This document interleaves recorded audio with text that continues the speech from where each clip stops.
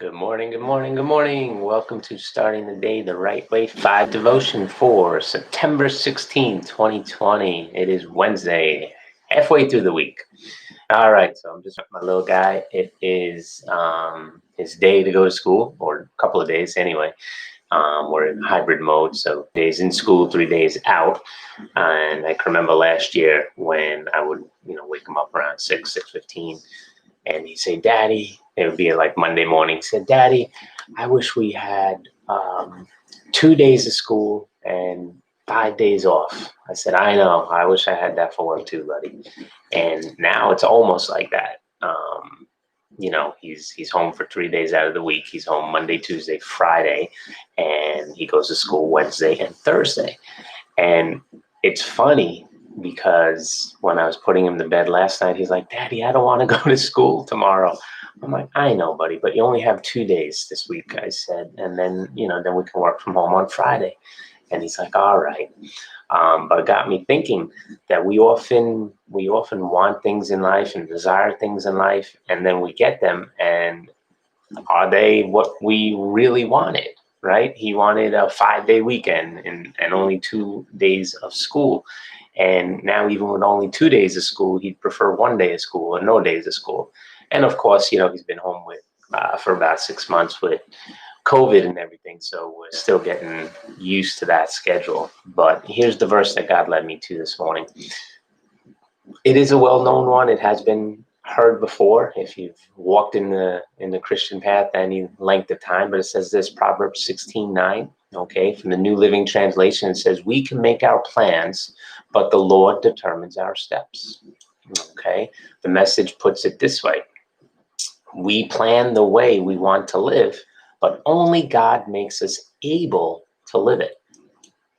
And then finally, the New International Version says, "In their hearts, humans plan their course, but the Lord establishes their steps." Okay, so of course, as we get old, we get mature, we have more responsibilities in life, mortgages, jobs, car payments, things like that. And we need to become good at certain things: checkbooks, responsibility of money. When we get our paycheck, where does it go? And of course, it's a wonderful thing to have plans, but those plans always have to be submitted to God. I'll give you an example.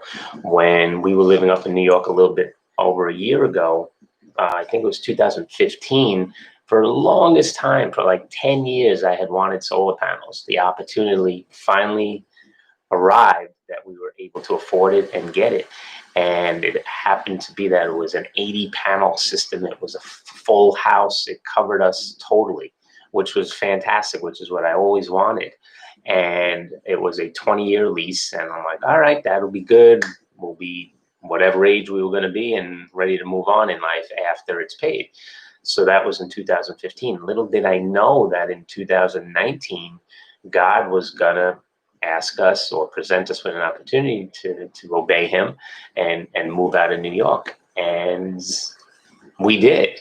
It turned out, though, that when the solar panels were transferable to the new homeowners, which is part of why I went with this particular company that I did, because I didn't want to get stuck for having the removal of it or having a problem not being able to sell the house down the road. But we also thought we were in our 30-year house. When we were searching for houses, we prayed and were praying, as we do over all of our situations, and God led us to this house. We thought in our human minds that was our 30-year house. So we planned accordingly. We, put some money and some effort into the outside of the house. We put some money and effort into the inside of the house just to make it to our likings, but also try and keep it as updated as we possibly could.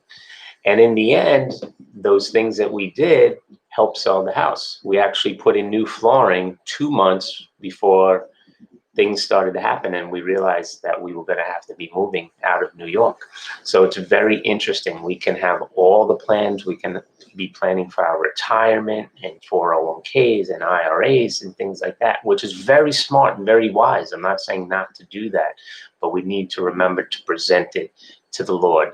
Okay, the Lord should always be our first step, not our last step. Okay, don't ask for permission from God. consult with God, talk to God, pray with God, right? That's one relationship that you don't want to ask for forgiveness later, right? You don't want to make a mistake and assume that you were going down the right road. Bring God into the situation right from the beginning, and he will guide your steps and he will guide your path. All right, guys, hope this was a blessing. Have an awesome day. Take care.